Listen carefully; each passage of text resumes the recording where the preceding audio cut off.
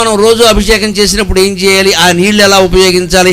ఈశ్వర దేహమందు పరమేశ్వర దివ్య విభూతినంటి ఈ నశ్వర భూమిపై పడిన నష్టముగా అభిషేక బిందువా.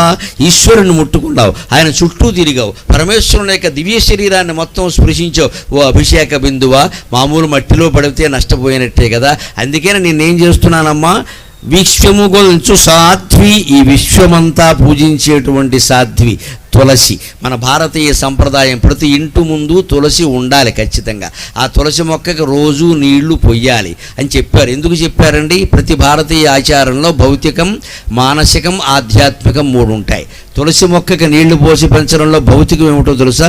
కృష్ణ తులసి, లక్ష్మీ తులసి 2 ఇంటి ముందు ఉంటే పాములు రావండి ఖచ్చితంగా. ఇది హిందువులు కాదు, ప్రపంచం అంతా పాటించవలసిన ఆచారం. నిజం చెప్పాలంటే కష్టం తట్టుకోవలసిందే, అది పరిష్కారం సమానంగా కావలసిందే. తప్పించుకోవద్దు, కష్టాన్ని తప్పించుకునే ప్రయత్నం చేయదు. దయచేసి కష్టాన్ని తట్టుకునే ప్రయత్నం చేయండి. మేరు పర్వతంలాగా మనం నిలబడితే కష్టమే మన గుద్దేసి పారిపోతుంది. వీడు లొంగడం లేదని, వీడు లొంగడం లేదని, వీడు వండాడు, వీడు అమ్మవారి భక్తుడు, వీడు శ్రీమాత్రే నమః అనే నామాన్ని వదలలేదు, వీడిని నేనేం చెయ్యలేనని కష్టమే వెళ్ళిపోతుంది. తట్టుకోవడం అంటే ఎంత, నువ్వేం పోరాడక్కలా పనిగట్టుకు నిలబడు. ఏం వచ్చినా సరే నీ సంధ్యావందనం మానకు, నీ వ్యవసాయం మానకు, నీ ఇంటి పని మానకు, వంట పని మానకు, ఏం మానకు. మనసులో శ్రీహరిని స్మరిస్తూ ఉండు, నీ పని నువ్వు చేస్తూ ఉండు. అన్ని కష్టాలు వాటంతరవే వెళ్ళిపోతాయి. పెద్ద సమస్య కాదు ఎక్కడ. అదే తట్టుకోవడం అంటే, ఎదిరించక్కల. జాతకాలకు ఎప్పుడు పరిహారాలు 100 పరిహారాలు ఉన్నాయి. జాతకాలు అనేవి కేవలం స్పీడ్ బ్రేకర్ లాంటివి. స్పష్టంగా చెప్పాలంటే జ్యోతిష్ శాస్త్రం మొత్తం it is nothing but A speed breaker. గొప్ప ఉంది ఎదురుగా, జాగ్రత్తగా వెళ్ళమని చెప్తారు.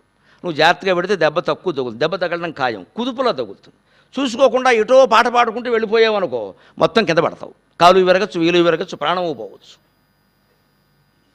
అది జాగ్రత్త పడడం కోసం తప్ప, ఎలాగూ గొప్ప తగులుతుంది కాబట్టి నేను వెళ్ళి తగిలించుకుంటా అని తగిలించక్కర్లేదు. అక్కడ మన చేతకానతనాన్ని వాస్తు పేరు మీద, జాతకాల పేరు మీద మనం వ్యాపారం చేశాం. చేయకుండా వ్యాపారం చేసాం, మనకి చేతకాదు, అనుభవం లేదు. అందులో పెద్దవాళ్ళు చెప్పిన వల్ల దెబ్బతింది. నిస్సందేహంగా మన అసమర్థతను అంగీకరించాలి తప్ప, పెట్టమంటే సింహద్వారం తూర్పును పెట్టలేదు, పడమరన పెట్టాడు. సింహద్వారానికి నీ జాతకానికి సంబంధం లేదు, పిచ్చి మాటలు చెప్పొద్దు. వాస్తు అనేది కేవలం గాలి వెలుతురు సౌకర్యానికి సంబంధించింది, ఆరోగ్యానికి సంబంధించింది తప్ప వాస్తుకి దేవతలు ఉండరు. ఎక్కడైనా ఎవరితోనైనా వాదానికి సిద్ధం. వాస్తు అనే నమ్మకం మీద పిచ్చి నమ్మకాలు పెంచకూడదు.